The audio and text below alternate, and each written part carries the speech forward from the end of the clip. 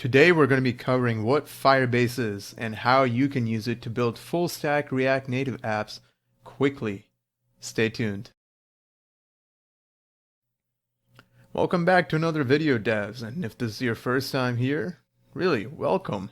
My name is Akash from Fire App Dev.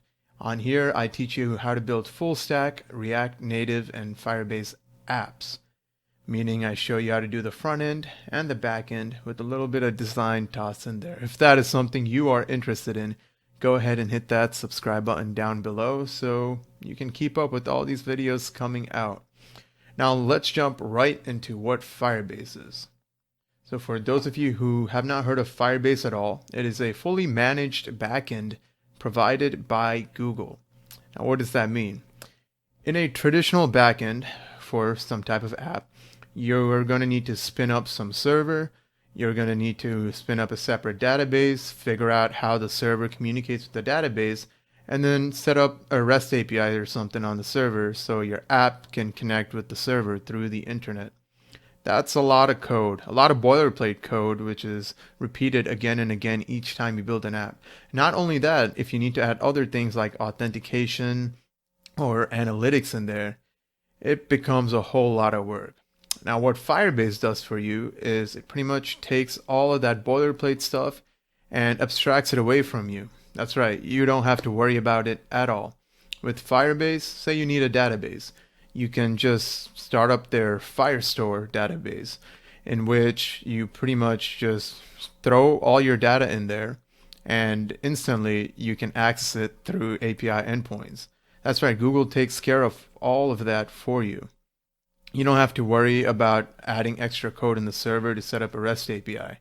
Google has SDKs for certain app frameworks like Android or iOS, or just simple API endpoints you can call to access your data instantly.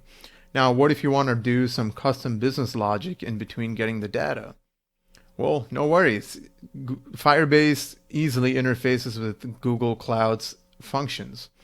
Now these are serverless functions, meaning you don't need to have a server running in the background. That's why they're called serverless. Instead, these functions just spin up, do a specific task really quickly, and shut back down. And you could do all your business logic through this. Because if you had to have a server running the whole time, that can take up a lot of cost.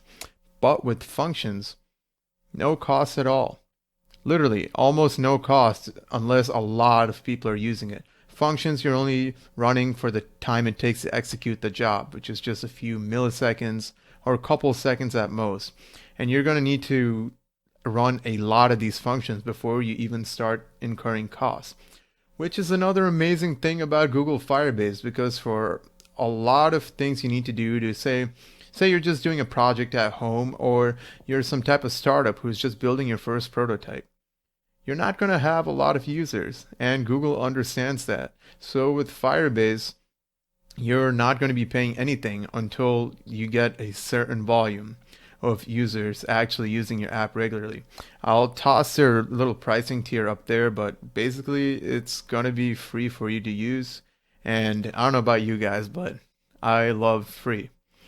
Now, aside from all these features I've mentioned already, Google also provides analytics for your apps through Firebase. You could do A/B testing to test different versions of your apps. You could even distribute your app using Firebase and say you want to send your users some notifications. Well, Firebase has that covered too. It is pretty much an all-in-one backend for most apps you need to make. Unless you're building something crazy complex where you need your own custom server, I'd highly recommend just going with Firebase. Now to help us put this all together, I thought I'd conjure up this imaginary to-do list app. Highlight what functions needs to be done in the backend for it, and figure out how Firebase can help us do that. Now, I'm not actually going to be building out any of this here. This is purely going to be theoretical just to show you how Firebase works.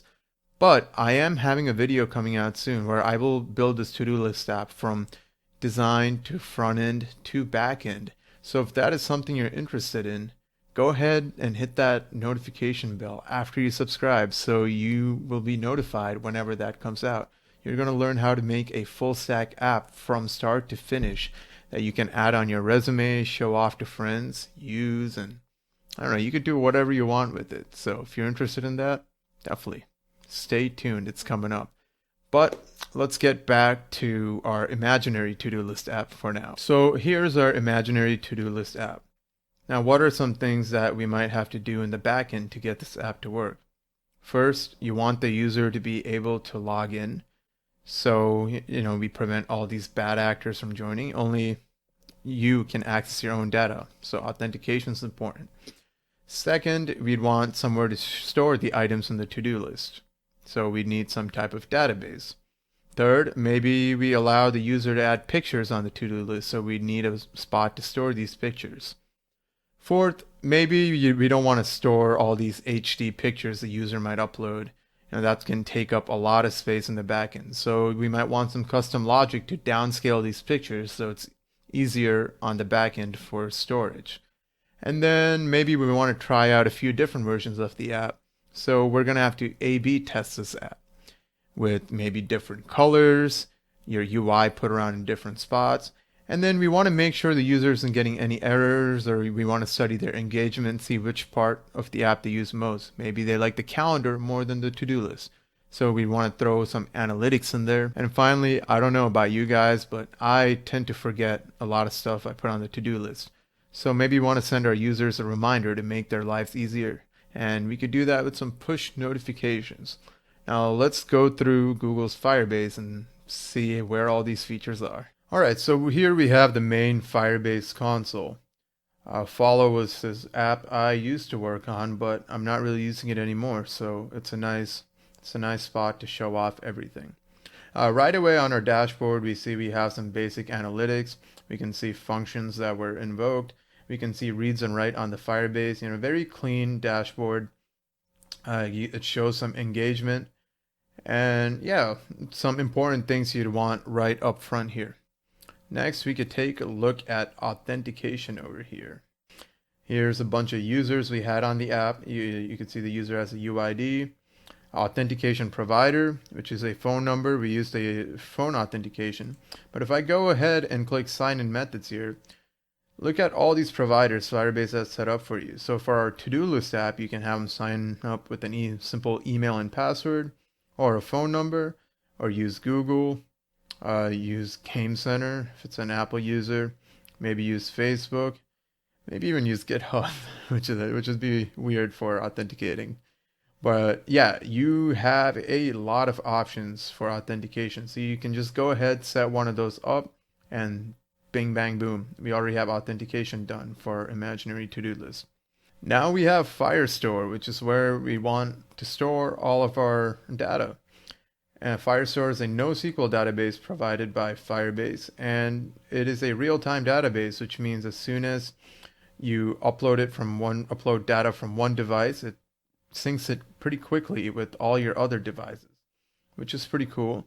And this is a document-based database, meaning you have a collection. So one of the collections we have here is users, and within users, you could have a bunch of documents, and each user would be a document. And then inside a document, you can have another collection. For this follow app, we had followers and following as our collection. So for our to-do list app, we might have something like lists to indicate different type of lists, and each document would be a different list. And inside that document, we could have a collection of to-do items, and so on. You get the point. And as soon as you have this, there's going to be API endpoints provided by Firestore that helps you query all of these items. Next, we have storage, where users can store a bunch of images. If we go here, boom. Here, for this app, we pretty much stored a bunch of profile pictures for users. For to-do lists, it can be a bunch of items you store. This is pretty much just your generic file system for storage, and you get a link to download these pictures whenever you want. Next, we'd want to create a function to downsize these images. So we have the functions tab right here. Here you can create a bunch of functions with whatever you need to do. Lastly, we also have this huge section for analytics right here. So there's going to be an analytics dashboard. where we'll give this a second to load here. Alright, this took forever to load. Luckily, you guys didn't have to sit through that. It's still loading. But yeah, you can see data about active users. Where are your users engaged? It shows the specific screen people are engaged in. You could even track revenue, stability of the app if there are any errors. No one's using this app right now. That's why you're not seeing a lot of this info. But you can see where your audience is. You guys get a lot of data through this.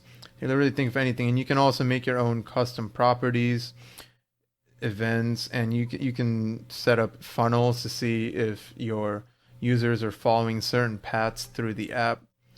It's amazing. And then finally, we have A/B testing right here, where we never really use this for follow, but it pretty much lets you test multiple versions of the app. And we have cloud messaging, which is where you go to set up notifications. Boom, here's a bunch of notifications we tried. So I hope this video was able to give you a clear view of what Firebase is, how you can use it to make your life a lot easier for creating a backend for the apps. Now stay tuned for my next video where I will be creating this to-do list app from scratch so you can see the design, the actual front-end building, and the backend. I'm super excited to jump into this. I hope you are too. But until then, if you enjoyed this video, please go ahead, hit that like button down below and share it with a few friends you think it might help. I'll see you all later.